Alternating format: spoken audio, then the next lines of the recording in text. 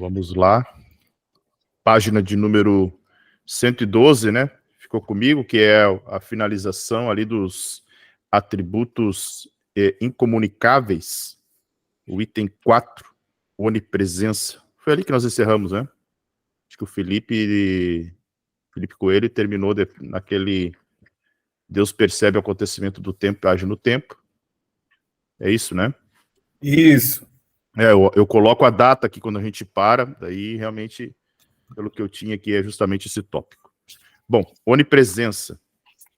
Deus é ilimitado tanto no tempo como no espaço. Essa característica da natureza de Deus é chamada de onipresença de Deus. Prefixo latino omni significa tudo. Pode-se definir a onipresença de Deus da seguinte forma: Deus não possui tamanho ou dimensões espaciais. Ele está presente em todos os pontos do espaço, com todo o seu ser, porém age de forma diferente em lugares diferentes.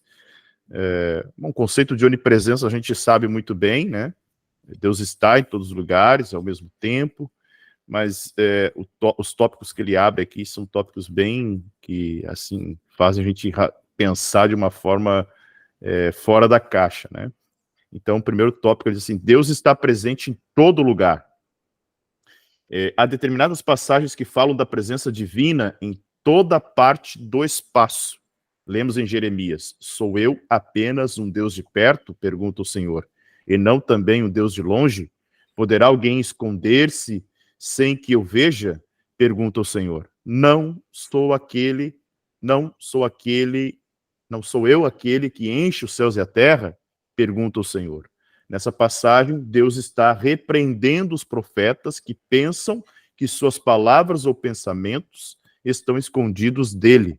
Ele está em toda parte e enche os céus e a terra. É muito interessante isso, né? Porque entender que Deus não está limitado por dimensões espaciais, porque a gente tem aquela ideia: Deus está nos céus, né? O Deus dos céus, porque muitos textos, principalmente no Antigo Testamento, vão falar isso, né? Deus dos céus. Então, a gente vai criando aquela ideia de que Deus está apenas no céu, né? Mas ele não está apenas no céu. Ele está, e é interessante porque ele vai citar os salmos aqui de Davi, que Davi diz para onde ele poderia escapar da presença do Senhor. E aí, logo abaixo, ele diz o seguinte: não há lugar algum no universo, sobre terra ou mar, no céu ou no inferno, onde alguém possa fugir da presença de Deus. Né? E alguém pode dizer: poxa, Deus está no inferno também? Né? E aí a gente começa a pensar: e aí, o inferno é um lugar, né? O céu é um lugar, né? Deus habita, Deus está em todos os lugares. E aí, avançando um pouco mais, né? Planetas, né? Galáxias. Onde é que está Deus em tudo isso, né? Ou ele até vai usar mais à frente o exemplo da esponja e da água, né? Imagine a água é uma coisa, a esponja é outra, mas a esponja absorve a água, e mesmo assim a água continua sendo água, mesmo estando dentro da esponja. Ou seja, Deus está em todos os lugares ao mesmo tempo, com o conceito da onipresença, ele diz: devemos observar também que não há indicação de que simplesmente uma parte de Deus esteja em um lugar e a outra parte dele em outro. É o próprio Deus que está presente onde quer que Davi pudesse ir. Davi fala, né? Olha, se eu subir ao céu, lá tu estás. Se eu fizer a minha cama na sepultura, lá tu também estás, né? Então, naquela ideia de da onde fugirei da tua presença, Deus está em todos os lugares ao mesmo tempo. Então, não era uma parte de Deus que estava no céu, outra parte de Deus na sepultura. É o que Davi estava dizendo.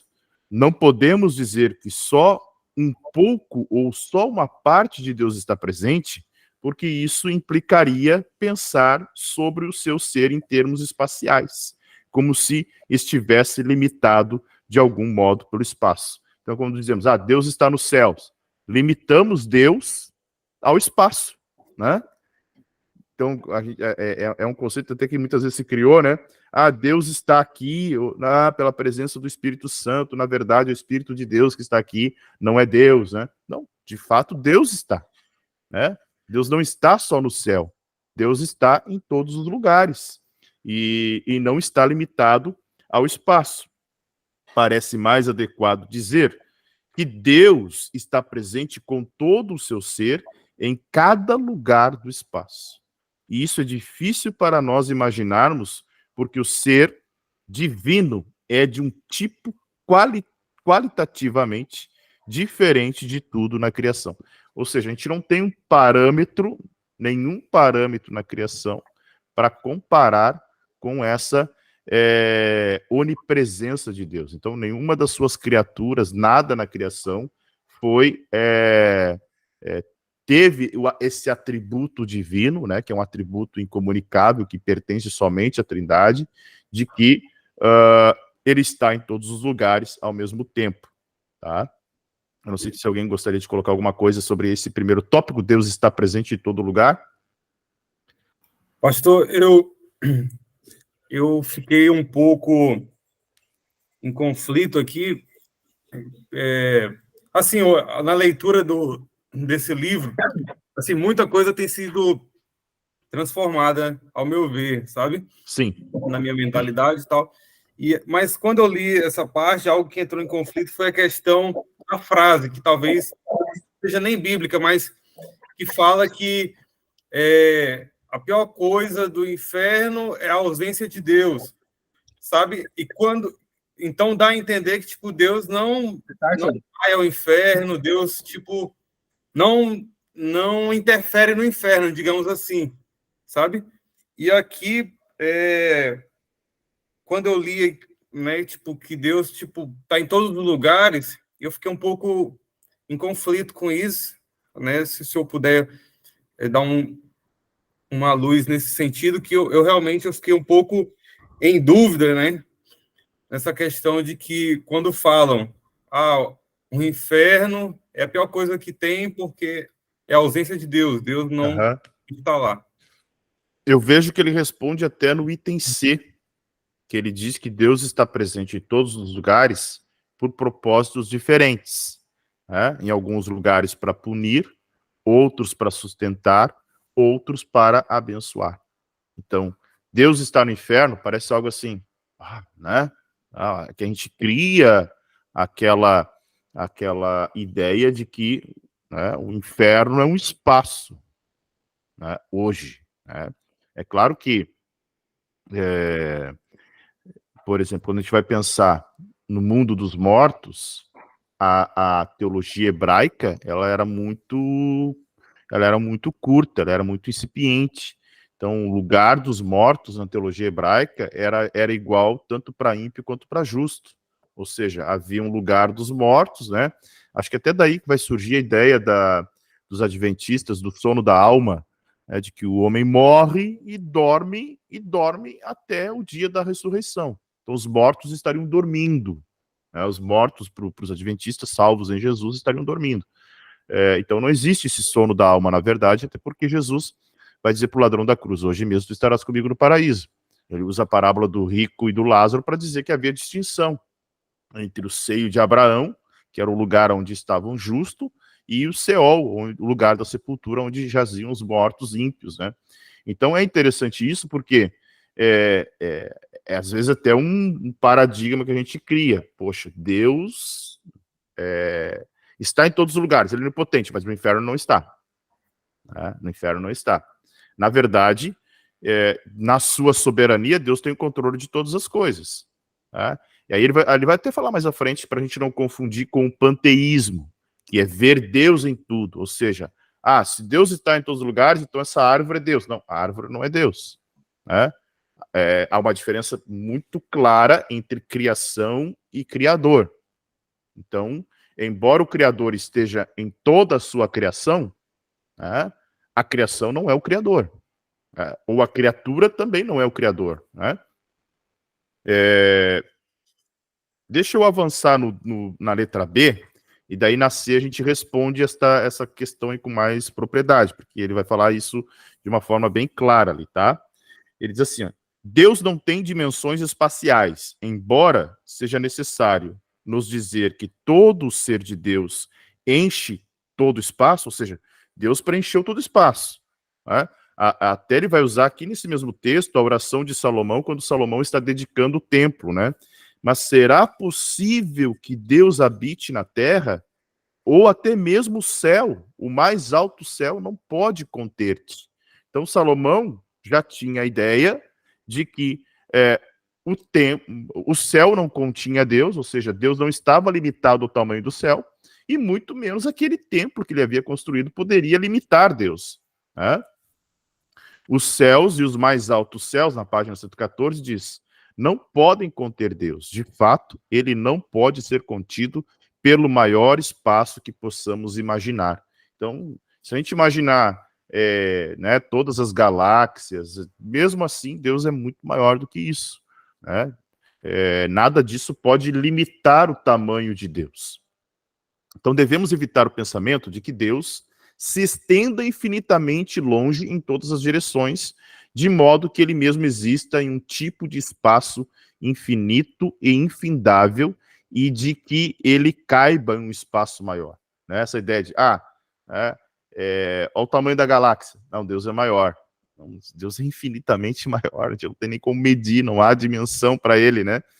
Todas essas ideias continuam a encarar o ser divino em termos espaciais, porque é natural do ser humano pensar em espaço. A gente faz isso, a gente tenta dimensionar, né? A gente tenta estabelecer um espaço, né? Tenta estabelecer o tamanho, mas Deus não tem, ele não está limitado. Assim como ele não está limitado ao tempo, ele não está limitado ao espaço. Todas essas ideias continuam a encarar o ser divino em termos espaciais como se fosse um ser extremamente grande.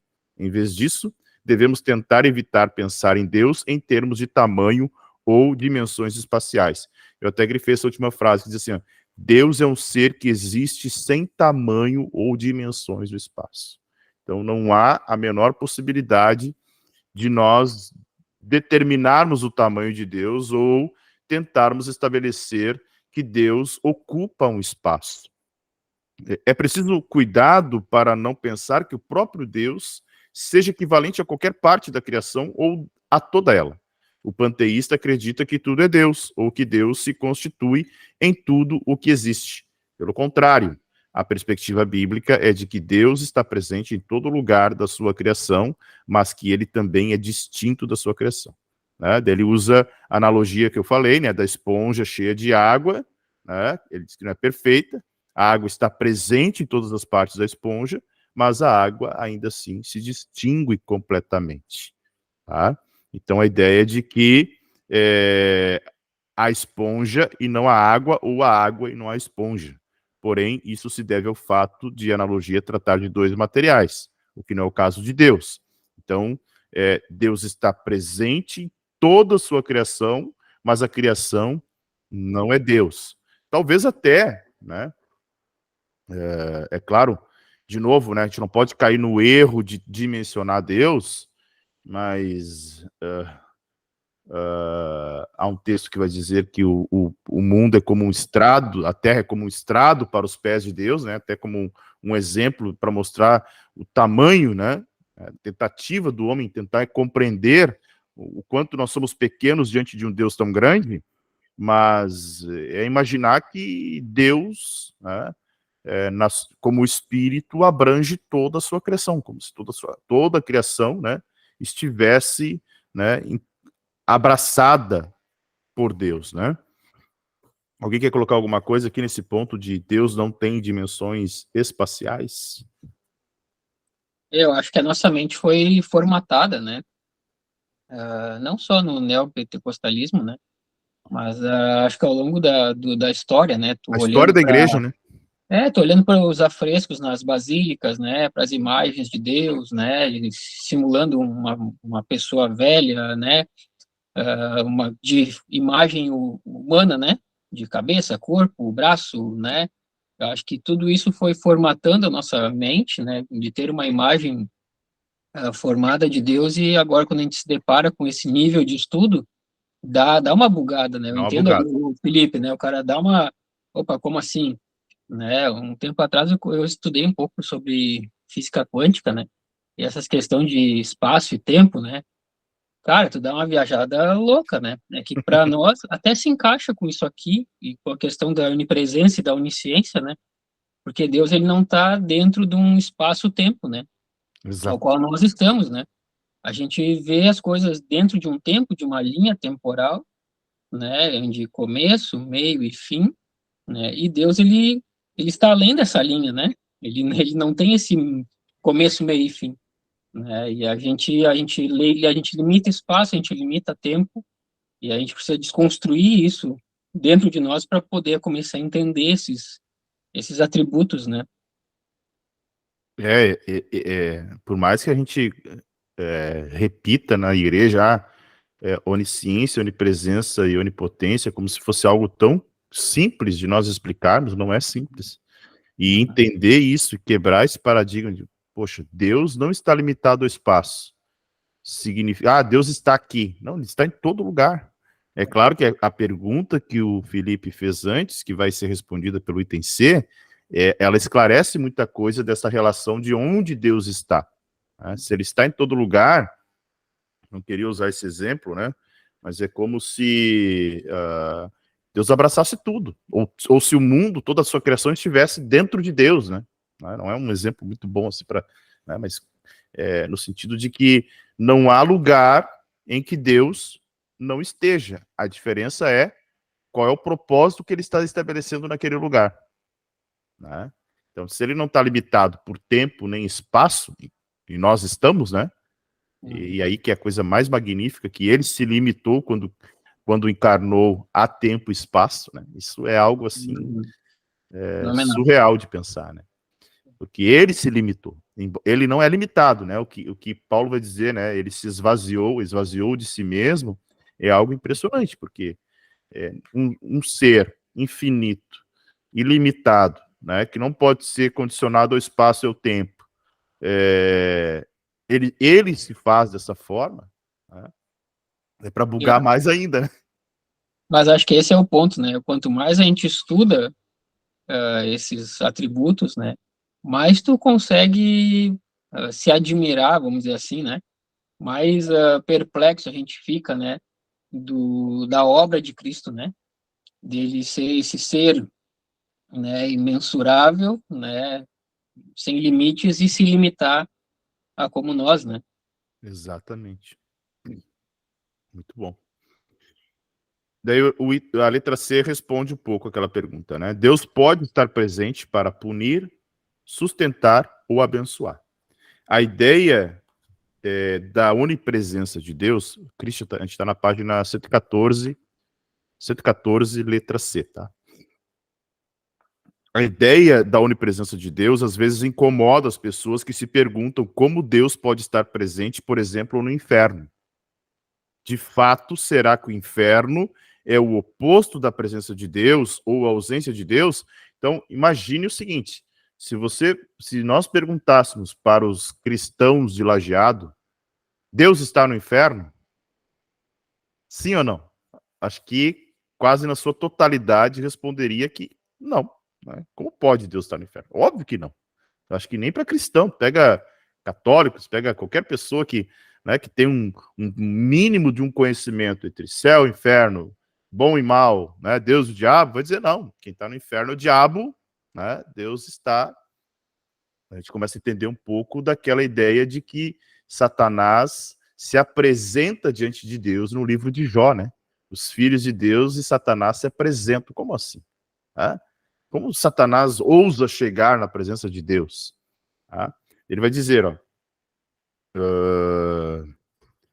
de fato, já li aqui, essa dificuldade pode ser resolvida percebendo que Deus está presente de várias formas em lugares diferentes. Outra maneira de entender isso é dizer que Deus age de forma diferente em lugares diferentes da sua criação. Às vezes Deus está presente para punir, e parece que esse é o modo pelo qual ele está presente no inferno. Então, se Deus não estivesse presente lá, ele não seria onipresente. Né? Ele não seria onipresente. Se tiver um lugar onde Deus não está, ele não é onipresente. O que ele quer dizer com isso é que Deus tem o controle de tudo e até do inferno. E ele usa o inferno para punir. Né? Para punir quem? O diabo e seus demônios. É claro que depois a gente vai ver em Apocalipse 20 que tem, né, a questão do falso profeta e da besta no lago de fogo e enxofre, e o próprio inferno sendo lançado no lago de fogo e enxofre, com a ideia de que inferno é aquele lugar aonde os ímpios habitam, os mortos ímpios, né? Então, o destino final dos mortos, né, que são ímpios, será o lago de fogo e enxofre. Então, onde é que diz aqui? Às vezes, acho que eu pulei uma frase, né?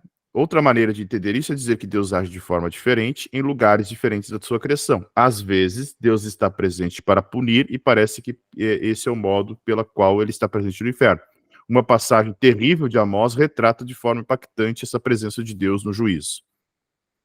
Ninguém fugirá, ninguém escapará, ainda que escavem até as profundezas, dali a minha mão vai tirá-los. Se subirem até os céus, de lá os farei descer, mesmo que se escondam no topo do Carmelo, lá os caçarei e os prenderei. Ainda que se escondam de mim no fundo do mar, ali ordenarei a serpente que os morda. Mesmo que sejam levados ao exílio por seus inimigos, ali ordenarei que a espada os mate. Vou vigiá-los para lhes fazer o mal e não o bem.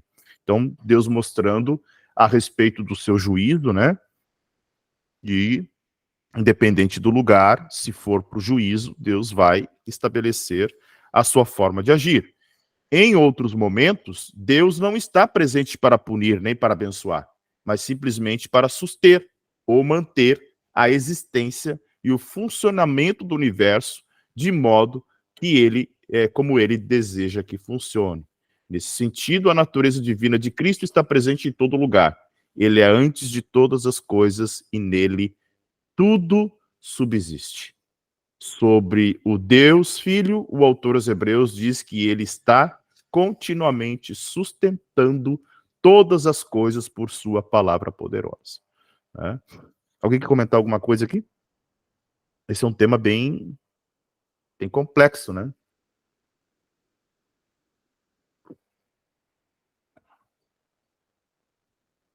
Não?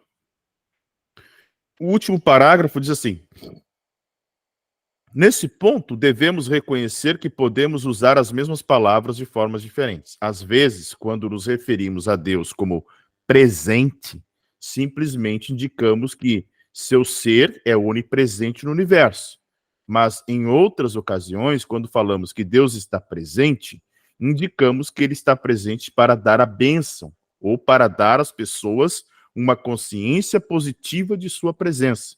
De fato, na maioria das vezes em que a Bíblia fala sobre a presença de Deus, ela está se referindo à presença de Deus para trazer a bênção. Ou seja, então, seria até uma redundância dizer que Deus está presente, né? Não, Deus está presente. A onipresença dele já significa isso. Mas a ideia de dizer que Deus está presente é justamente para explicar a forma como ele está agindo. Ou seja, Deus está presente na sua igreja para abençoar a igreja. Né? Deus está presente no seu povo para abençoar o povo. E assim por diante. Por exemplo, é desse modo que devemos entender a presença de Deus sobre a Arca da Aliança no Antigo Testamento.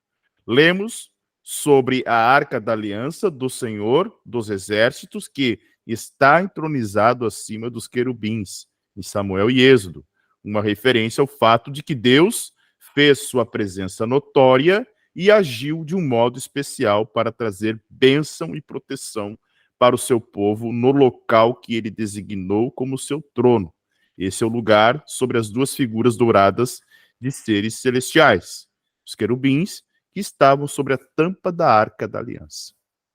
Isso quer dizer que Deus não... Isso não quer dizer que Deus esteja presente em outros lugares. não esteja presente em outros lugares, mas sim que nesse local ele manifesta a sua presença, e nessa passagem ele manifestou especialmente o seu caráter e trouxe bênção para o seu povo.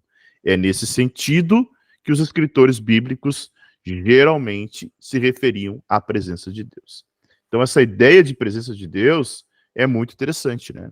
Então, ele está, de fato, em todos os lugares, mas ele está, né, presente na sua igreja para abençoar. Agora, ele está presente em outros lugares para sustentar, e ele está presente em outros lugares para julgar, né? Que é a ideia do próprio inferno, né? Ele está presente para julgar, né? Então, Deus está ali para julgar. O que não significa que Deus está no inferno, né? No sentido de que habita lá, né? Está em todos os lugares. É um pouco complexo a gente entender, mas a presença dele é para juízo, né? Acho que ficou claro, né? Não sei se a tua pergunta, Felipe, de certa forma ficou mais clara nesse ponto, né? Pode falar. Não, foi respondido, pastor, sim. Fica mais claro assim, né? Porque Pastor, realmente... no caso, a gente afirmar, digamos assim, que às vezes nós temos também às vezes a mania de falar, Deus não está naquela igreja, né? Então, mediante ao que a gente leu, a gente pode afirmar também que, tipo assim, que Deus está numa igreja, tipo, para realmente ali abençoar as pessoas, né, e tal, para acontecer curas, libertações, transformações e tal. E igual o senhor falou, né, ele também pode estar em outras igrejas e, tipo, digamos, apenas suster, né, apenas, tipo, digamos, não se manifestar e deixar aqueles pastores, né, falsos profetas, fazer o que bem quiser como juízo, né? É certo essa afirmação, a gente dizer isso, então, que, no caso, algumas igrejas que, digamos, não tem nada da presença de Deus, mas que funcionam, digamos, Deus está ali, mas não está, tipo, sustentando, digamos assim, né, deixando, igual fala aqui, né, que Deus às vezes está em alguns lugares apenas para suster. Não está operando, né? Não está operando. No caso, como juízo, né? Uhum. Poderia dizer que Deus não está nesse lugar, né? É claro que Deus não... a palavra, acho que a melhor palavra para explicar é operando mesmo, né? Porque, por exemplo, Deus não opera onde há injustiça, né? Então, quando a gente estabelece, aquela igreja é um lugar onde se pratica injustiça, não significa que Deus não está no ambiente como todo. Deus está, mas ele não está presente, né? Talvez para abençoar, para se manifestar, ou ainda para trazer aquilo que a igreja tem, né? Comunhão, vida no Espírito. Embora algumas pessoas possam, né, isoladamente ter isso. Tá? Então, como ele diz, quando falamos da presença de Deus, ele usa o exemplo da arca, é que Deus estava ali para abençoar, para proteger o povo, né, para guardar o povo. Era isso que ele estava estabelecendo aqui, né? Então, essa ideia de a igreja não está presente, Deus não está naquela igreja, é no sentido da operação divina. Então, quando dizemos, Deus não está presente, é porque a manifestação que aparece lá pode não ser da presença de Deus ou do Espírito de Deus, né? Pode ser, né, sentimentalismo, emocionalismo e outras coisas, né? Certo? Certo, pastor. Adiante, ali, página 116. Em um tipo de expressão parecido, quando a Bíblia fala sobre Deus como estando longe, geralmente quer dizer que ele não está presente para abençoar. E aí complementa justamente a resposta, né? Ele vai citar o exemplo Isaías 59:2, as suas maldades separaram vocês do seu Deus. Provérbios 15:29, o Senhor está longe dos ímpios, mas ouve a oração dos justos.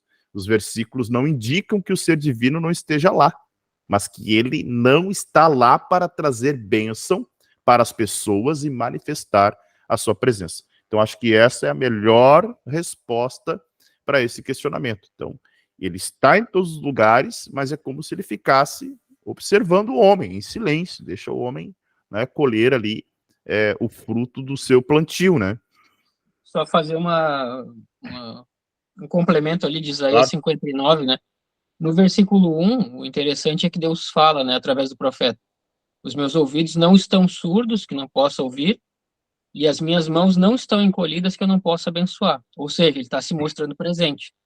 Mas os seus Exatamente. pecados, as suas maldades me separam de vocês. Me Excelente. impedem de ouvir, me impedem de abençoar, né? Então, no versículo 1, ele fala da presença, que ele está presente, mas há essa barreira por causa do pecado, da maldade, enfim, né? Que Verdade. impede o agir, né? Que Deus não age por causa disso, né? Exatamente. Bom, bem lembrado aí. É exatamente isso, né? Deus está presente, mas o pecado do homem impede que Deus haja. Não porque Deus está limitado, mas é porque realmente o pecado, né, separa o homem de Deus e ele vai dizer ali, as maldades separam, né? Muito bom. Em resumo, Deus está presente em cada parte do espaço com todo o seu ser, porém, age de forma diferente em lugares diferentes. Além disso, quando a Bíblia fala sobre a presença de Deus, geralmente não se refere à sua onipresença em todos os lugares. Então, muito interessante isso, né? O que ele está falando aqui. Que a presença de Deus no texto bíblico não é a onipresença, e sim a presença para punir ou sustentar, né? Ou suster. Mas, em vez disso, indica a sua presença para abençoar. Né? E é bem natural que a nossa fala, para a nossa fala, se encaixar a essa expressão bíblica. Então, sempre que a Bíblia fala em presença de Deus, está falando de um Deus que abençoa, de um Deus que está junto, de um Deus que está pronto para atender, socorrer, né, o seu povo. Então, não fala da onipresença ou de punir, né, ou de sustentar. Tá? Tem um autor chamado Herman Bavinck, que ele cita aqui, que é fantástico, né? Até tem um livro dele chamado As Maravilhas de Deus, que é um compêndio, um resumo da teologia sistemática dele. Ele é um teólogo do século XIX, se não me falha a memória. Ele diz assim: quando deseja fazer algo mal, você se retira do público para a sua casa, pois lá nenhum inimigo pode ver você. Além disso, retira-se dos lugares da sua casa que sejam abertos e visíveis para os olhos dos homens. Mesmo quando está no seu quarto, você tem medo de alguma testemunha que esteja em outro cômodo. Você se retira para o seu canto. Nesse lugar você medita. Ele é o mais íntimo que o seu coração. Portanto, não importa para onde você fuja, ali ele está. Para onde fugir de si mesmo, você não irá junto para todo lugar que fugir. Entretanto, já que existe alguém mais íntimo do que você mesmo, não existe lugar para onde você possa fugir do Deus irado, senão para o Deus reconciliado. Fantástico isso aqui, né? Não existe lugar nenhum para onde você possa fugir. Quer fugir dele? Fuja para seus braços. Tá? Então o homem não tem para onde fugir. Né? Não há possibilidade de fuga. Eles usam o exemplo, o homem que quer fazer algo errado, né, ele se retira do público, ele vai para o oculto. Né? Mas ali não tem. É o Salmo de número 139, né? Para onde fugirei da tua presença. Tá? E aí, por último, a unidade, né? Um outro atributo de Deus. A unidade de Deus. Oi, desculpa. Desculpa, não li. Só um ponto, já que vai fechar o assunto, a questão, por exemplo, da oração do Pai Nosso, tá? Que Jesus queria transmitir ali, a primeira frase, né? Do Pai Nosso que estás no céu, que ele estava tentando dizer ali, né? Já que ele tem esse conhecimento de que Deus está em todo lugar, o que ele estava tentando transmitir ali? Eu creio que nessa oração ele está querendo transmitir a soberania de Deus, né? De um Deus transcendente, né? E que mesmo transcendente, ele está perto, ele é nosso. Ou seja, no sentido de que o Pai que está no céu o céu é algo que nós não alcançamos, não atingimos, né? Então, ele está distante de nós, o céu, e com a ideia de que englobasse tudo. Então, veja assim, é a sua onipresença destacada, né? Pai nosso que estás no céu, né? Presente, nos observando, nos enxergando, vendo a todos, onde ninguém está oculto dele, e também falando da própria soberania, né, desse Deus que é transcendente. Né? É interessante isso, né? Uma boa... Na verdade, dá para fazer um bom estudo sobre a oração do Pai Nosso, né? Alguém que tem algum complemento sobre o Pai Nosso aí para falar? Ajuda aí. De cabeça, assim, não tem muita...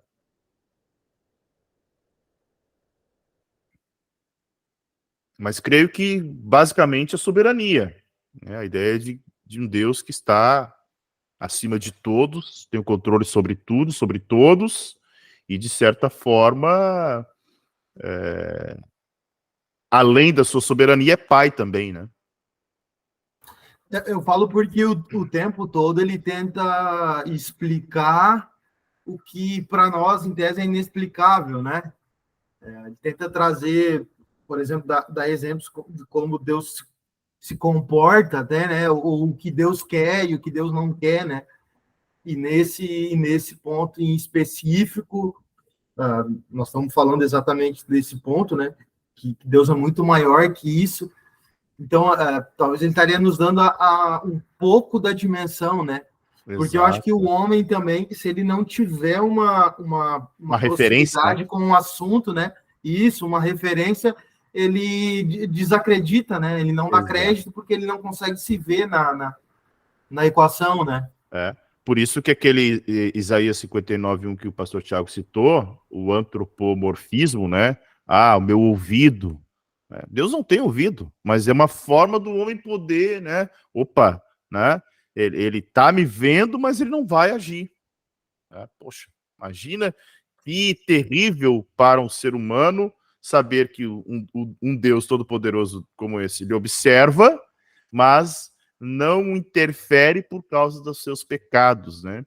Então, essa ideia do antropomorfismo também entra nessa linha de tentar explicar para um ser humano limitado, né? Limitado, que não consegue dimensionar a grandeza desse Deus e entender um pouquinho, né? Como da sua soberania e da sua majestade, né? Mas é bom, acho que é justamente isso, a ideia do Pai Nosso, tanto que ele apresenta sempre Deus como Pai, né? Ele sempre vai falar aos seus discípulos, aos judeus, sempre como a ideia de Pai, né? Justamente para aproximar. E é algo interessante, porque o judeu tinha muito cuidado com o nome de Deus, né? Até por causa do mandamento, não levar, né? Não tomar o nome de Deus em vão. Tanto que Mateus não escreve Deus a todo momento no seu evangelho. Né? Reino dos céus, ao invés de reino de Deus, como vai escrever os outros evangelistas. Então, nesse cuidado, nesse zelo por não ferir um mandamento. Né? E aí Jesus vem e traz um outro modelo. Não, ele é Deus soberano, está no céu, mas é pai também. Ok? Tá. O último atributo incomunicável é unidade. A unidade de Deus se define da seguinte forma: Deus não está dividido em partes. Porém, vemos atributos diferentes de Deus em destaques em momentos diferentes. Quando as Escrituras falam sobre os atributos de Deus, nunca destacam um dos atributos como mais importante que os outros. Ou seja, né, não é a santidade mais importante que o amor, não é o amor mais importante que a onipresença, não é a onipresença mais importante que a onisciência. Ou seja, Deus é uno. Né? A ideia de não ser divisível. Tá? Daí, no segundo parágrafo, vai dizer assim: por que então as Escrituras falam que esses atributos são diferentes? Provavelmente seja porque somos incapazes de compreender tudo sobre o caráter de Deus ao mesmo tempo. E precisamos aprender sobre ele por perspectivas diferentes por um período. Então, a complexidade desse Deus seria, né, tornaria o processo de aprendizagem a respeito de Deus um processo quase que impossível, né? Agora, o que é santidade, o que é o amor, o que é onipresença, o que é onisciência, de forma individualizada, facilita esse processo de conhecimento de Deus. Tá? Entretanto, essas perspectivas nunca devem ser colocadas em oposição, porque elas apenas tratam de modos diferentes de olhar a totalidade do caráter de Deus. Tá? Então, Deus, por ser indivisível, né, não ser dividido em partes, todos esses seus atributos têm o mesmo grau de importância e formam o caráter do Senhor, né? Quanto à prática, isso indica que não devemos pensar nunca, por exemplo, que Deus é amoroso em um momento da história e é um Deus justo ou irado em outro momento. Isso é muito comum da gente pensar. Tá? Esse é um grande erro do ser humano. Deus está irado comigo nesse momento. Né? Não, ele não tem essa variação. Né? Porque qual é o padrão, qual é a referência que nós temos? Nós. Né? A referência que eu tenho é, uma hora estou alegre, outra hora estou entristecido, outra hora estou eufórico, daqui a pouco estou irado. Né? Daí a gente olha para um texto como lá antes do dilúvio, Deus se arrependeu de ter feito o homem. Opa, então Deus tem essa mesma variação que nós temos. E não, né?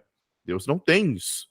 Então, e acho que esse é talvez uma das maiores dificuldades, junto com aquela ideia de espaço, da compreensão de Deus. E, de novo, né?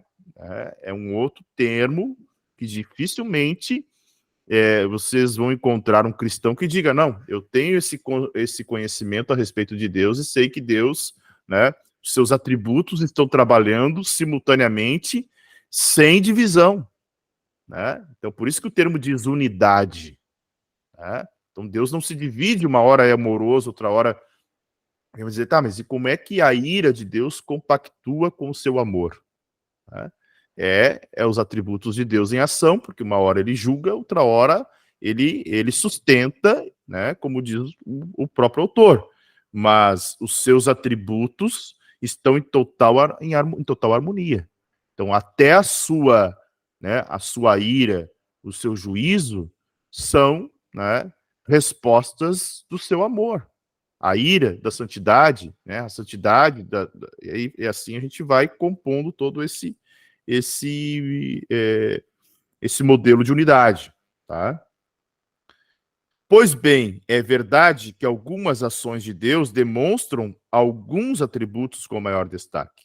A criação demonstra seu poder e sua sabedoria. O juízo sobre Sodoma e Gomorra demonstra sua santidade, justiça e ira. A expiação pelos nossos pecados demonstra seu amor e sua justiça. E o brilho do céu demonstra sua glória e beleza. Todos esses acontecimentos, de alguma maneira ou de outra, demonstram seu conhecimento, santidade, misericórdia, verdade, paciência, sabedoria e assim por diante. De fato, será impossível encontrar algum atributo de Deus que não seja confiável. Deus consiste em uma unidade e tudo o que ele faz é um gesto que reflete toda a pessoa divina.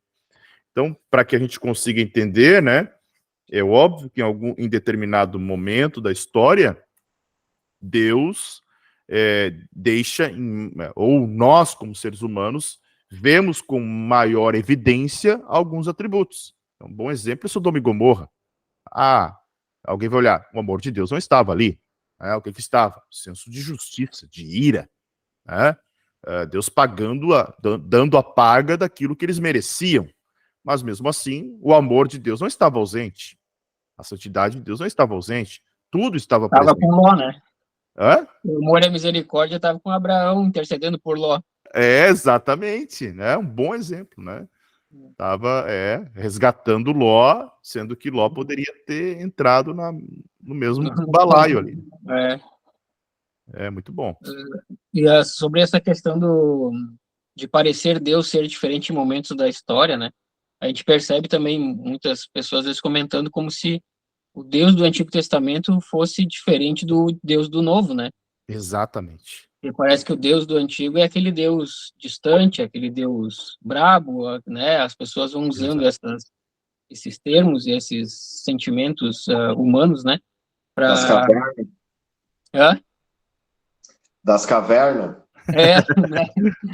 Né? Como se o Deus do antigo não, né? O Deus que, né? Tinha que entrar em determinada nação e Israel exterminava com todo mundo lá, né? E no Novo Testamento já não vê isso, como se fossem Deus diferentes, né? Deus Exato. diferentes, né? Teve na história da igreja um pai da igreja chamado Marcião, ele até foi chamado de herege depois, né? Ele era antinomista a ponto de, né, enxergar um Deus do Antigo Testamento e um Deus do Novo, tanto que o cânon dele não tinha o Antigo Testamento, né, só tinha o Novo Testamento. E até tinha umas questões bem polêmicas em relação ao próprio judaísmo dentro do Novo Testamento dele. Ele desconsiderava, se não me falha a memória, o Evangelho de Mateus, e tinha outras epístolas lá, acho que o Evangelho de João também não, Apocalipse também não. Claro, é um período em que o cânon não estava formado, estamos falando aí no primeiro século pós a era apostólica, né? 100 e alguma coisa, então ainda não havia o cânon definido, que ele vai ser definido só no quarto século. Mas para ver como essa influência de uma ideia de um Deus diferente do antigo para o novo, não é nova, já acontecia lá, né, logo após o período apostólico. Então eles já estavam ali com aquela ideia de que, poxa, né, um Deus, o Antigo Testamento é um, Deus é outro.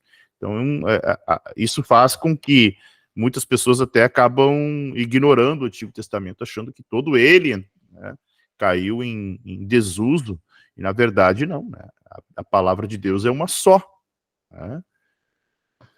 Mas é interessante isso. Página 118.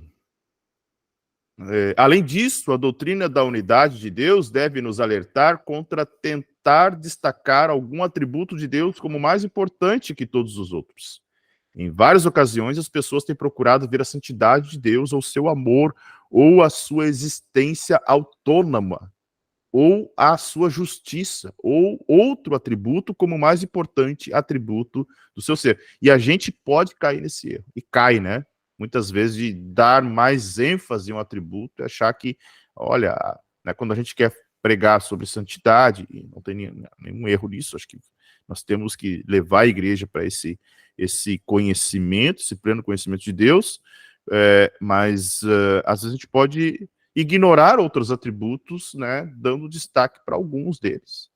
Ou alguém que fala só sobre justiça e outro que fala só sobre o amor. Né? Tu tem um legalista e tu tem um liberal daqui a pouco que só destaca um atributo específico de Deus como se aquilo fosse o mais importante. Não, a unidade de Deus é um conceito que a igreja precisa compreender. É um Deus que é justo, que se ira, que é santo, que é amor, que é cheio de misericórdia, que é cheio de bondade, né? Que não compactua com o pecado, e assim por diante. Né? No entanto, é importante notar que todas essas tentativas parecem concebê-lo de forma equivocada, como uma combinação de várias partes, com umas sendo de algum modo maiores e mais influentes do que as outras. Além disso, é difícil entender claramente o que significa ser mais importante. Será que indica a existência de algumas ações de Deus que não são coerentes com outro atributo? Será que existem outros atributos de Deus, de algum modo, que Deus, de algum modo, deixa de lado em dados momentos para agir de modo levemente contrário aos primeiros atributos? E aqui é um ponto importante, né? Deus não vai nunca entrar em contradição. Tá? Então, a ideia desses atributos trabalharem em harmonia é muito importante para nós compreendermos, né, a essência de Deus. Então, o exemplo do pastor Tiago, lembrar de Ló. Então Deus estava agindo com ira. Não, o amor de Deus estava ali simultaneamente. Né? Tão importante quanto a ira e a justiça de Deus. Né? certamente não podemos defender nenhum desses conceitos, porque isso dá a entender que Deus não é coerente com seu caráter, ou que ele muda ou se torna diferente do que ele foi antes. Em vez disso, quando vemos todos os atributos como simplesmente aspectos diferentes do caráter total de Deus, então essa pergunta se torna bem desnecessária e descobrimos que não existe atributo que possa se destacar como mais importante. É o próprio Deus em todo o seu ser que é sumamente importante, e é o próprio Deus na totalidade do seu ser a quem devemos buscar e amar. Que frase magnífica essa última aqui, porque ela denota justamente que não há uma característica específica de Deus que nós devemos exaltar mais do que as outras, né? Pelo contrário, a questão aqui não está na ideia de exaltar os atributos. Conhecemos os atributos para amar esse Deus, né, que é todo poderoso e é uno. Né? Alguém quer comentar alguma coisa aqui? Fala, Cristian.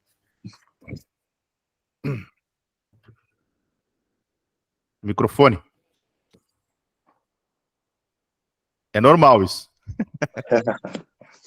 O interessante dessa última frase é até a adoração, a partir do momento quando nós sempre começa a conhecer os atributos de Deus, a própria adoração que nós vamos fazer para ele se torna uma adoração diferente, porque não é só aquela adoração infantil, vamos dizer assim, ai, que Deus me ama, isso, naquele romance, se torna, como nós estávamos falando antes, né, ter uma dimensão de quem é Deus, dos atributos dele, então até a nossa adoração ela se torna mais rica, porque vai ter uma admiração, ao mesmo tempo a gente está adorando, por exemplo, que nem Isaías, né? Eu vi a santidade do Senhor, a gente começa a ter dimensão do que é a santidade, né? O caráter moral de Deus, atributos morais, tudo que tem, né? Então se torna uma adoração mais madura, mais... Exatamente. Poxa, e aí entra um ponto muito importante, né? O quanto a adoração e essa relação com Deus pode se alterar à medida que a gente tem uma outra compreensão dele e dos seus atributos, né? Pode falar, pastor Tiago. De tudo, né? Não só adoração, mas da nossa vida como um todo, né? Serviço, claro, tudo isso são formas de adorar também, né? Mas acho que em tudo que a gente faz, né? Eu ia dar um exemplo, né? Que não sei se encaixa exatamente nisso que a gente tem falado, né? Mas um exemplo prático, né? Falando de nós, é quando a gente vai repreender nossos filhos, né? Tu tem ali, né? Às vezes um pouco de brabeza pelo que aconteceu, né? Mas tu tem amor, tu tem, né? Às vezes um pouco de rispidez também é preciso, né? Tu tem um conjunto de emoções e de ações ali, né? Visando o bem dele, embora ele não entenda naquele momento, né? Mas não está dividido isso dentro da nossa atitude, né? É uma atitude, né, de correção, mas é porque é zelo, porque tem amor, porque precisa corrigir, enfim, acho que, né, parecido com aquilo que a gente tem falado de como Deus age quando, né, que a gente parece que a gente quer compartimentar, né, quer separar. Ou Deus age como isso, ou Deus age como aquilo, né? Mas não, está tudo englobado no caráter de Deus, né? Eu lembrei de um texto, antes nós estávamos falando sobre a questão da onipresença, e não quis interromper, depois acabei me esquecendo. Quando a gente falou da imagem de Deus, a gente tem uma figura de um ser, né, em que a gente desenha ele, né, personifica ele, né. Acho que Gênesis 1:26, quando Deus diz, né, façamos o homem à nossa imagem e semelhança, isso também ajudou a moldar a nossa percepção, achando que nós somos um espelhinho de Deus, né. E na verdade Exato. não, né? E na verdade não, né? A gente aprendeu muito sobre isso, né? Na questão de a imagem significa o formato, né? E semelhança significa o caráter, a personalidade, querendo dividir corpo e alma e levando isso, igualando para Deus, né? Imagem e semelhança, né? Acho que isso também nos ajudou a formar esse pensamento de que Deus é um ser, né? Desenhadinho como nós somos, né? Exatamente. E não é. Uhum. Exatamente. Felipe. Acho que o Christian tocou num ponto muito importante, que é, sem dúvida, a responsabilidade nossa.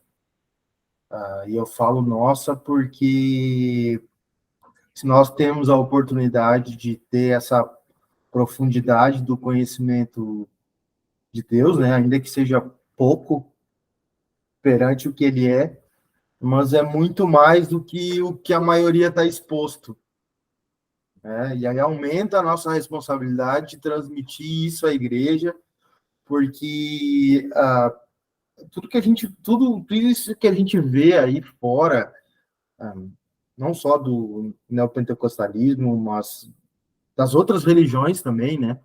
Eu acho que se a gente for pensar nesse aspecto, quando a gente fala de outras religiões, a gente vê um desconhecimento absoluto de Deus, né? Então as pessoas atribuíram Deus a outras coisas que não são Deus. E às vezes dentro da nossa própria comunidade nós temos pessoas lá adorando imagens, né? Sombras de Deus que eles criaram lá na cabeça deles, que eles vieram construindo ao longo do tempo e que não necessariamente é Deus, né? Então eu acho que o Cristo tocou num ponto muito importante, que é que a gente precisa levar a igreja a entender a quem nós estamos adorando, né? Porque Exato. se eu falar, não, vamos adorar a Deus lá, a pessoa vai automaticamente se remeter àquela ideia que ela tem de Deus. Quem é Eu Deus para adoro ela, né? Deus, eu adoro Deus que um dia eu estava doente, eu fiz uma oração e eu sarei. Esse é o Deus que eu acredito. Então, é o Deus que sempre me cura. Mas nós vemos uma série de facetas né, e de virtudes de Deus que são desconhecidas do grande público, né? Se a gente for pensar assim, que não tem essa profundidade. Claro que Exato.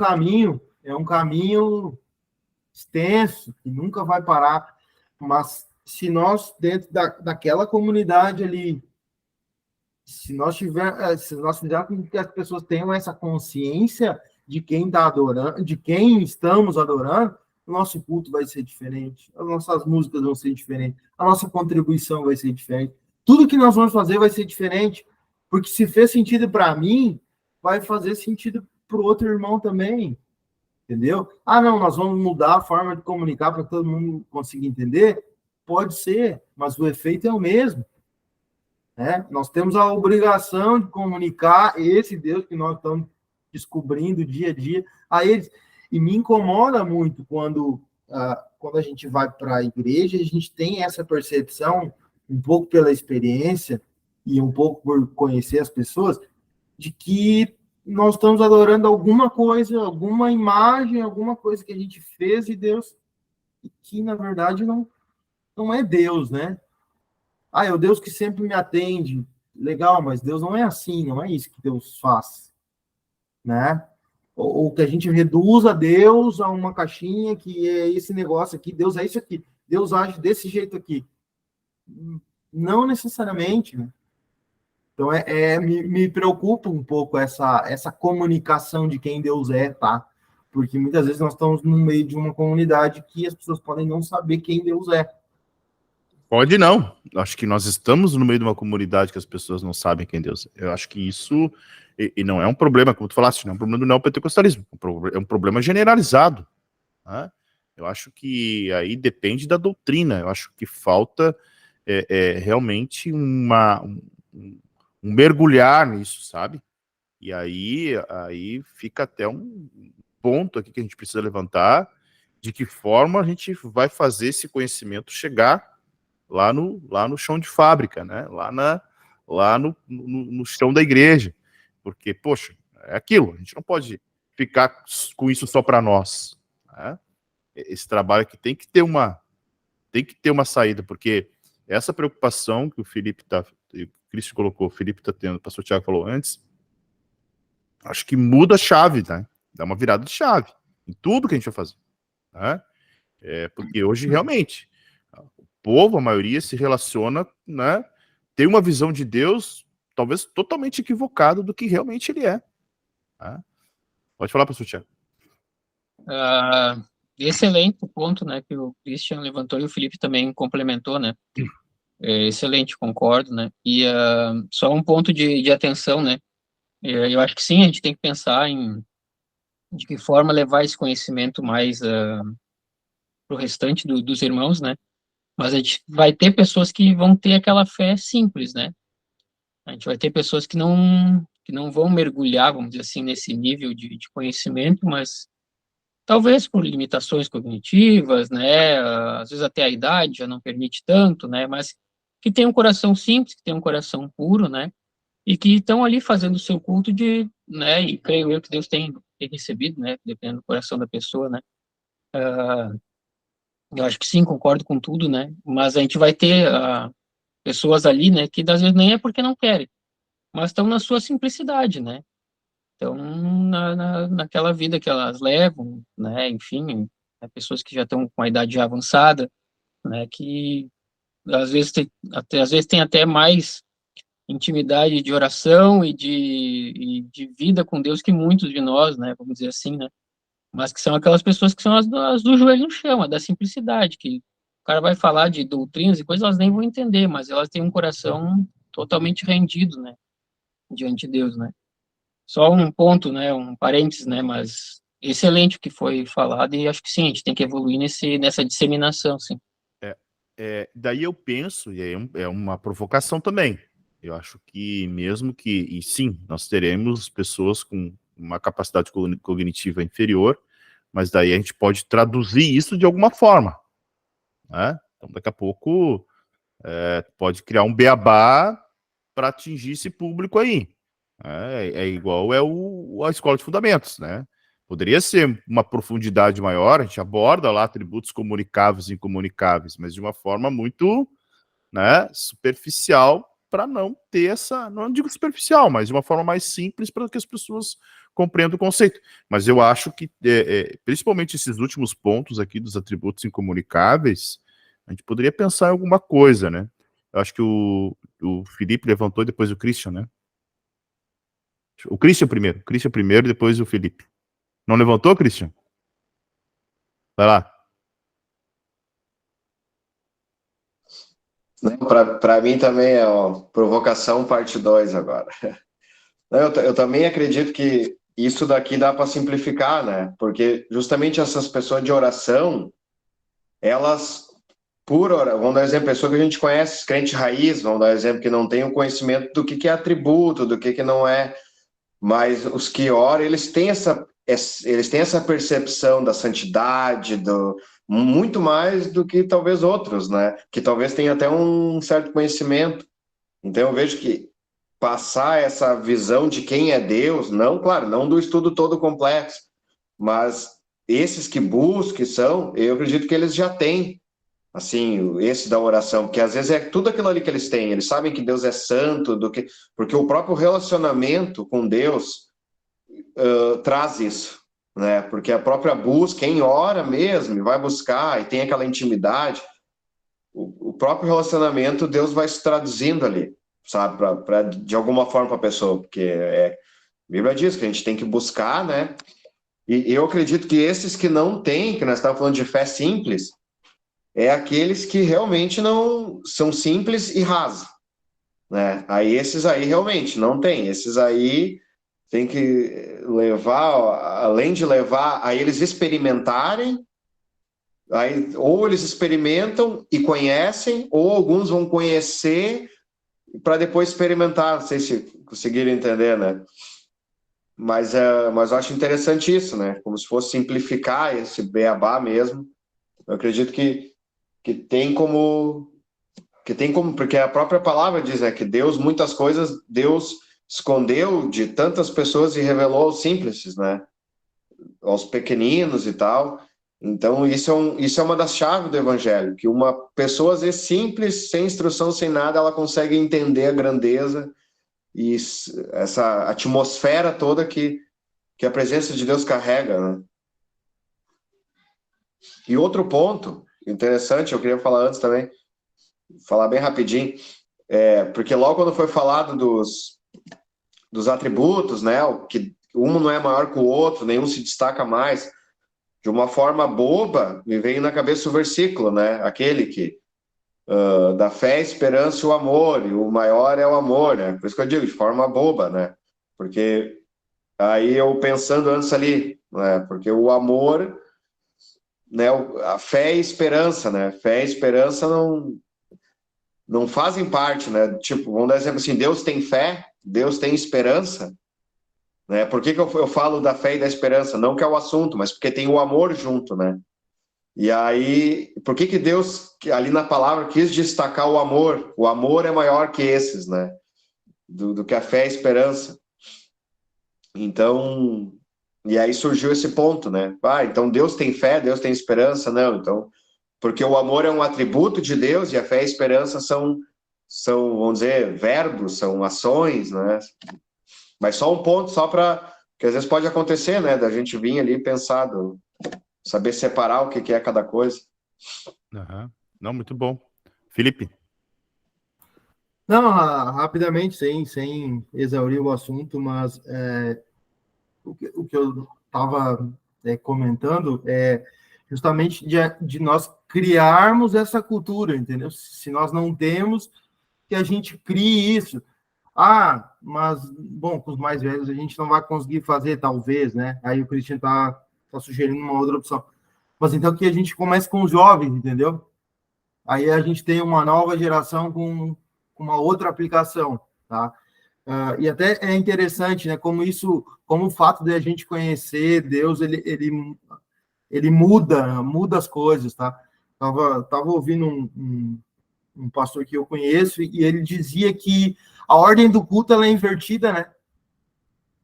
Porque ela é meio que feita para o homem, né? Na verdade, nós deveríamos ouvir a palavra e de tão convictos daquilo e de tão transformados, aí sim nós deveríamos cantar, né?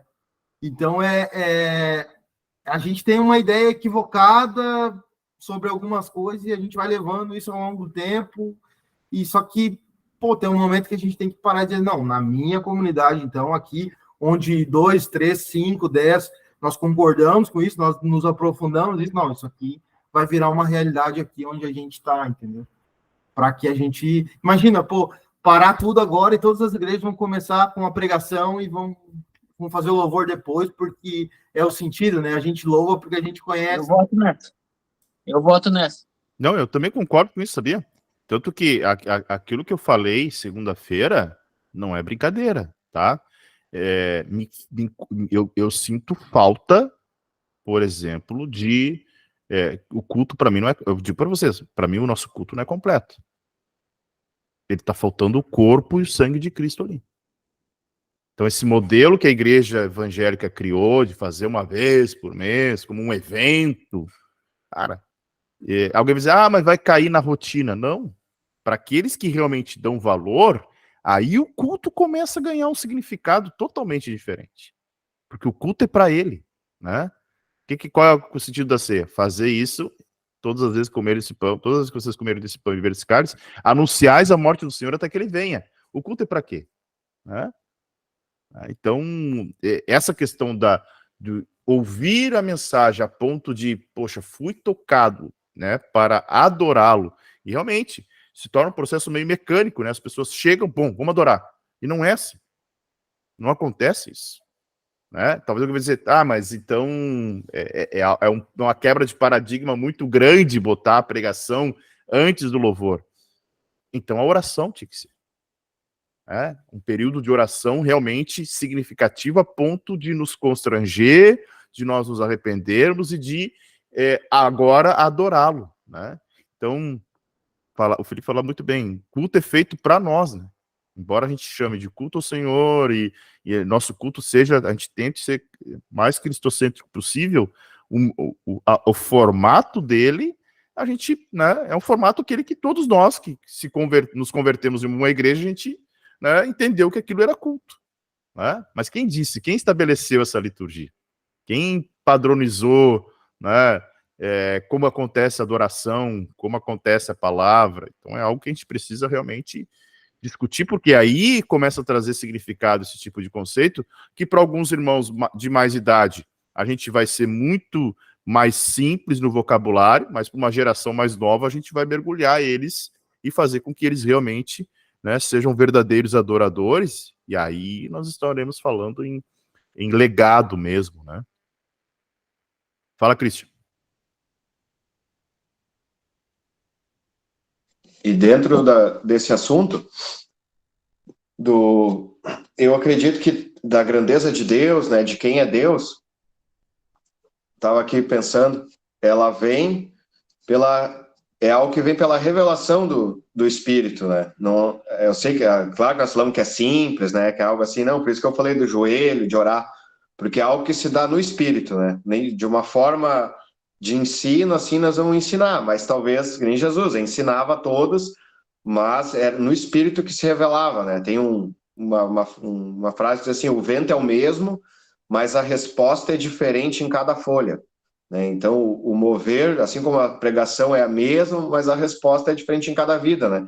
Então, esse entendimento de quem é Deus, só existe um canal, e passa pelo Espírito. Aí, eu pensando nisso, me vem aquele versículo, quando Jesus pede, quem dizem ser o Filho de Deus? E aí um diz os profetas, outros dizem ser isso, porque nós estamos falando de Deus, né? As pessoas sabem quem é Deus, só que Deus é o Filho, é Jesus. E aí eles falaram, quem vocês dizem ser quem dizem aí serem o Filho? Aí falou, um dos profetas, um isso, um aquilo outro. Aí Pedro falou, tu és Cristo, Filho do Deus vivo. E aí o que Jesus respondeu para ele? Não foi carne nem sangue que te revelaram, mas o meu Pai que está no céu. Ou seja, foi no Espírito que ele teve a revelação de quem era Jesus. Né? Então, e logo ele diz, digo que tu és Pedro, sobre ti edificarei a minha igreja. Então, muitas vezes quem nós vamos falar quem é Deus, né? Então, a gente fala, mas o canal que vai se revelar nas pessoas é o Espírito que vai revelar nelas essa grandeza de quem é Deus, né? Então, para complementar mais ainda, se aprofundando desse assunto, né? Exatamente. E agora acho que a gente tem um trabalho aí no grupo da liturgia de novo, né? Os irmãos vão correr com nós, né? Rapaz. Puxa vida. Não, mas eu sei que a gente não vai chegar ao modelo perfeito, mas é aquilo que a gente precisa constantemente rever mesmo, né? Acho que esse é um propósito de nós constantemente discutirmos, pensarmos e tentar chegar num modelo de adoração em que, se não for a totalidade, né, a boa parte realmente avance, né? É que, pastor, eu entendo assim que à medida com que o nível da igreja, o nível de conhecimento, ele vá subindo, a exigência vai mudando, tá? Porque é o que acontece com a gente, né? Quando a gente começa a ter um pouquinho de conhecimento, a gente já não aceita qualquer coisa, né? A gente começa a raciocinar, não, isso aqui não faz sentido, né? Então, acho que à medida com que, nós estamos fazendo fundamentos agora, fatalmente vai acontecer de as pessoas pedirem mais. Exato. Acho que essa exigência sobe a partir da escola de fundamentos, tá? E aí a gente vai ter que ir nos grupos de convívio, daqui a pouco vai elevar também o nível disso, porque aí as questões vão ser outras, né? A gente vai discutir, a gente vai falar sobre Deus, tá, mas peraí, mas Deus não é o da música A, música B, não, então eu não vou mais ouvir a música A e a B, porque não faz mais sentido para mim. E aí, se a música A e a música B estiverem no culto, opa, peraí, né? Ou bate aí que não tem alguma coisa errada. Então, acho que à medida com que o nível de conhecimento sobe, a exigência sobe e a igreja vai sendo levada a isso também. Excelente. Fala, Christian. Hoje até às 11. Não, preciso terminar cedo aqui. Amanhã a gente tem encontro, não esqueça. Sim, o grupo, a escola de fundamentos que termina 9h15, 9h30, segunda-feira, quase 10h30. Parece reunião do presbitério isso aqui, cara, não acaba nunca. Não, e interessante agora, né, falando sobre o crescimento, né, que vem dentro disso que nós estamos falando, já que tudo isso que a gente está fazendo é justamente para nós adaptar para nós, esse é o fundamento, né, digamos que isso aqui, esse dia até acho que foi o Thiago me mandou, o Felipe, não sei, daquela passagem, né, ou eu vi em algum lugar sobre a liturgia, né, para que serve a liturgia, que ela é um leito para o rio poder fluir, né? Que é o Espírito Santo, né? Senão ele só ia ir transbordar de qualquer jeito. Ou seja, nós somos cooperadores dessa obra, querendo ou não, né? Deus nos deu essa. Então a liturgia é como se fosse o contorno para o rio fluir. E peraí que me fugiu, mas vai voltar. Fui mudar o assunto para trazer. Já tá tarde, que aí até às 11 ainda, não lembro mais o que ia falar. Tá batendo biela aí, que não, aí isso do crescimento, porque às vezes a gente pensa assim, né? Então, vou dar até o meu exemplo agora, porque depois a gente falou da grandeza de Deus, né? Agora eu tô até me autoprovocando, né? Porque a gente falou da grandeza de Deus e que tem como fazer um beabá e simplificar, talvez algo que tá grande para nós, e a gente vai simplificar e passar lá para os outros, né? Só que aí quando o Felipe começou a falar ali que talvez eles vão querer mais, aí também já me vem aquele versículo que Paulo fala, né? Queria eu agora, nesse momento, dar algo mais sólido, algo mais forte, só que eu ainda tenho que dar o leitinho. Então, realmente, por isso que é interessante, se nós estamos tendo esse crescimento, a gente vai tendo essa bagagem para depois entender, assim como Paulo, na proporção de cada um, claro, Paulo era uma proporção, uma medida, né, para dispensar, nós aqui somos outras, né? Mas de que forma que realmente esse crescimento também existe o crescimento, né? Existe algo que não vai ser, né? Nós vamos pegar lá de cima e vamos simplificar para botar lá embaixo. Não. A gente vai ter que se contentar em dar o beabá e fazer o crescimento acontecer para quando aquela pessoa chegar naquilo, ela vai poder receber aquilo também. Porque, que nem talvez Pedro teve aquele momento que ele pôde receber. Então, talvez nós pegar e querer simplificar e jogar talvez como um conhecimento, mas desenvolver e saber que é necessário ter esse crescimento. E aí, quando ela estiver naquele nível, ela vai conseguir absorver talvez certas coisas, né? Excelente, eu acho que é bem isso mesmo, e a maturidade vai ditando o grau de exigência. Então, à medida que nós vamos avançando, nós vamos ter que também melhorar o conteúdo e o alimento. Vai ter que ser mais sólido à medida em que o povo vai amadurecendo. E claro, a gente vai precisar pensar no método, né? Se vai ser nos grupos de convívio, se vai ser uma outra escola. Claro, sempre cuidando para não... Talvez o grupo de convívio seja um modelo, né? E claro, não é qualquer grupo de convívio, daqui a pouco nasce um grupo de convívio, não dá, tem que ter uma outra abordagem. Isso é até uma coisa para a gente pensar, Christian e pessoal aqui, de nós tratarmos o grupo de convívio, talvez até com uma base curricular, assim, né? De seguir em alguma série, de trabalhar alguns fundamentos mais, esse tipo de fundamento, daqui a pouco pode ser, né, explorar fruto do Espírito, explorar dom do Espírito, explorar essa questão dos atributos de Deus, pode ser trabalhado no grupo de convívio daqui a pouco. E aí a gente criar, né, várias séries e, olha, agora a gente está nessa série, depois na segunda, depois na terceira, e isso vai se replicando, né? Pode falar, pastor. Acho que sim, e daí vai do feeling, né, de quem está liderando o grupo de convívio do que abordar, como abordar, né, porque de repente vai ter uma visita, né, ele tem um caráter evangelístico também, o grupo de convívio, né, então vai muito também do feeling de quem vai estar ensinando ali, pregando, enfim, né, de que forma abordar a mensagem para também não ser que nem o Cristian falou, né, não já largando carne e o cara tem que tomar o leitinho primeiro, né. Boa, exato. Interessante aquilo que o Thiago falou antes, que cabe bem nisso que nós estamos falando agora. Quando nós estávamos falando sobre os atributos de Deus, e ele transformou para falar como um pai fala para o filho.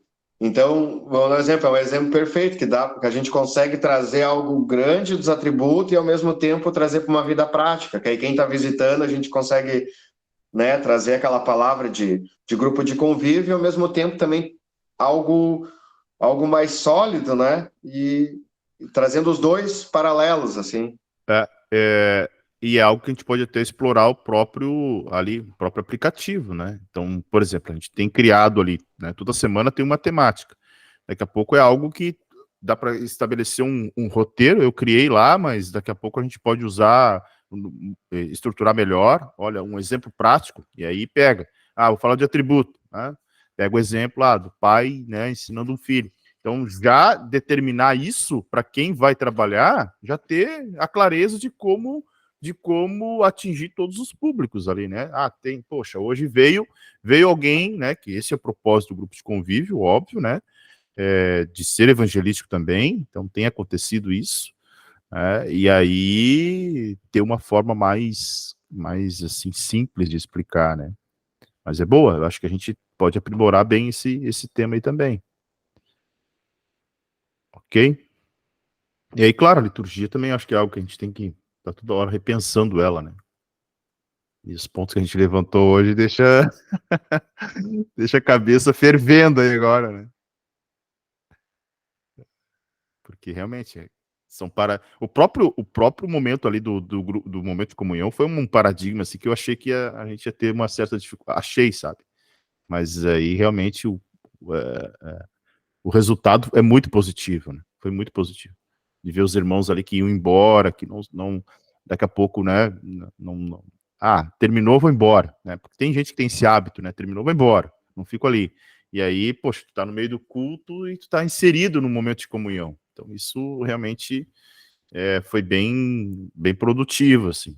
Mas, claro, a gente pode estar toda hora pensando e nada também, digamos assim, nos impede de testar um modelo, né?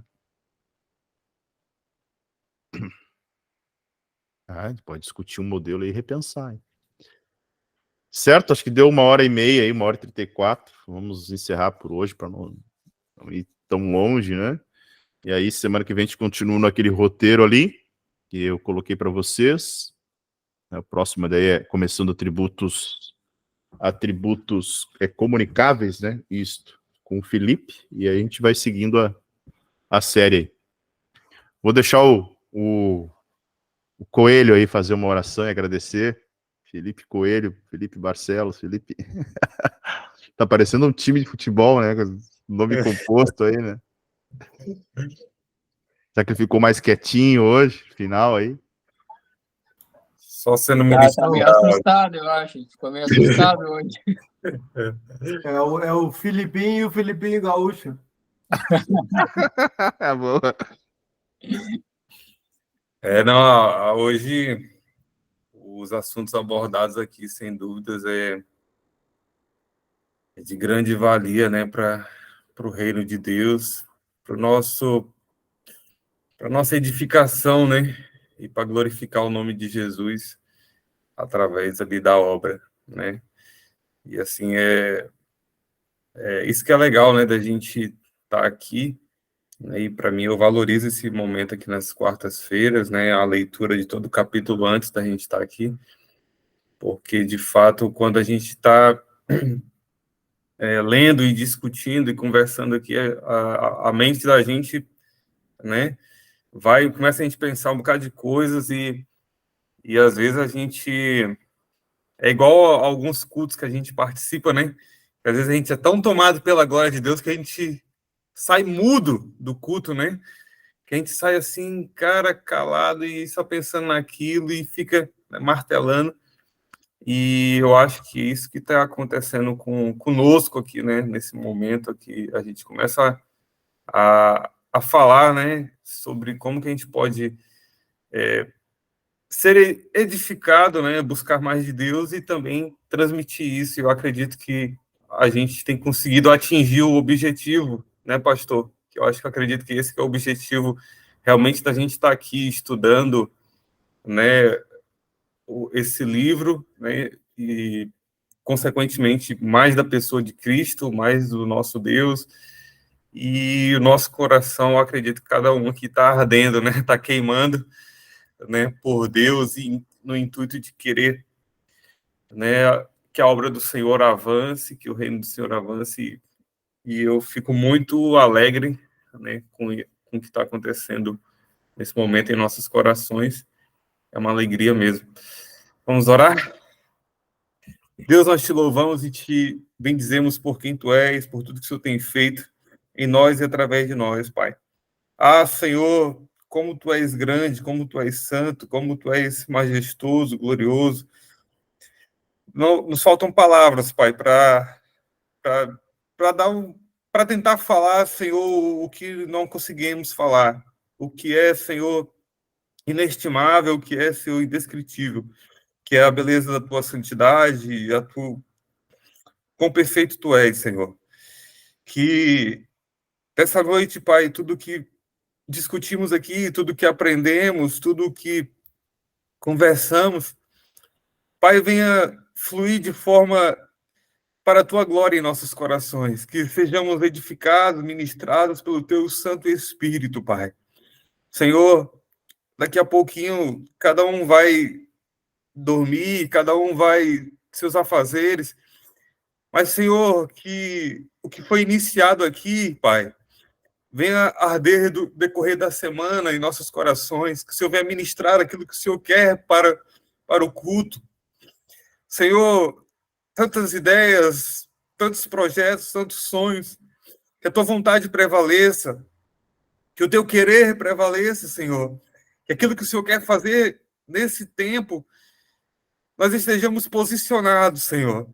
E eu acredito que esse momento, Pai, é preparatório para isso, para aquilo que o Senhor quer manifestar na tua casa, que o Senhor quer manifestar nos nossos lares, aquilo que o Senhor quer manifestar no nosso meio. Que o nosso coração esteja quebrantado, Senhor, que o nosso coração esteja sensível, ensinável para aquilo que o Senhor quer fazer nesses dias, para aquilo que o Senhor quer fazer no nosso meio. Nós te damos total liberdade, Espírito Santo de Deus. Ministra em nós, Pai, a tua palavra, ministra em nós, Pai, aquilo que está em teu coração. Que saiamos daqui, Pai, desse momento, mais parecidos contigo, mais, Senhor, íntimos de ti, Pai.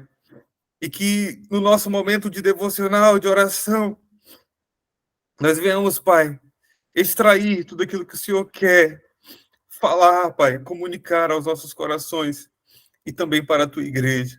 Nós te louvamos e te agradecemos por este momento. Fica conosco, papai, não só hoje, mas para todo sempre. Abençoa o Guilherme, que não pôde estar, abençoa cada um dos nossos familiares, parentes, nossos irmãos. Que a tua graça, a tua mão poderosa esteja sobre as nossas vidas, Pai. Não só hoje, mas em todo sempre. Em nome de Jesus. Amém. Amém, meus irmãos.